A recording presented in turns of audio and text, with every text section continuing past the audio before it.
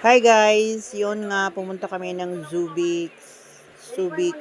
Explore namin ang Zubix Safari. So kasama ang buong gang, ang Lucas family. So field trip ng pamangkin ko, so sumama na rin kami at saka si Baste. So na-explore namin dito yung kabayo. Tingnan mo naman.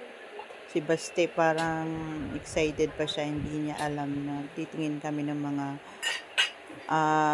may encounter namin yung mga lion at saka tiger dito. So, yun na. Ito si ate o si Miss Purple. Tingnan mo naman.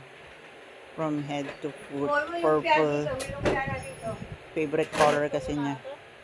Oh, para hindi matakot. Tingnan mo naman si Baste. Nag-explore pa siya. At dito na nga, guys. May encounter na namin. Ang pangalan ng ano na to ay si Antoinette. Tingnan mo naman yung tiger. Diyos ko. So, if-feed namin yung tiger dito. May kasama kaming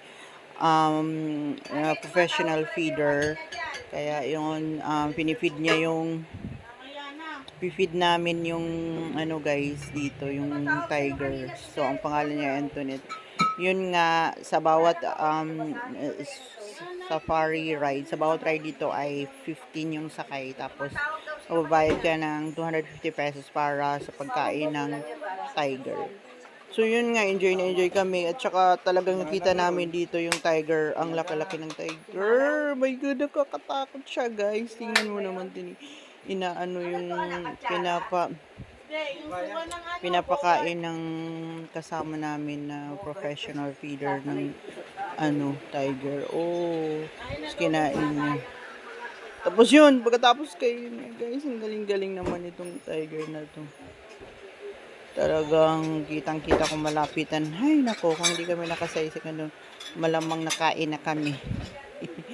So, yun lang guys. Yun nga, pagkatapos niyan, umakyat sa bubong. Diyos ko, takot na takot kami dahil yung tiger ay pag tinitis mo, tingnan mo naman, matatakot ka talaga.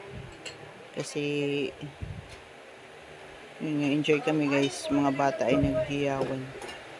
Tapos yun nga, galing. Ito yung pinakamasaya ko na experience. Dahil sa India nga, parang nakita lang namin malayuan yung tiger. Dito talaga, sa Pilipinas, naku, malapitan talaga namin nakita yung tiger dito.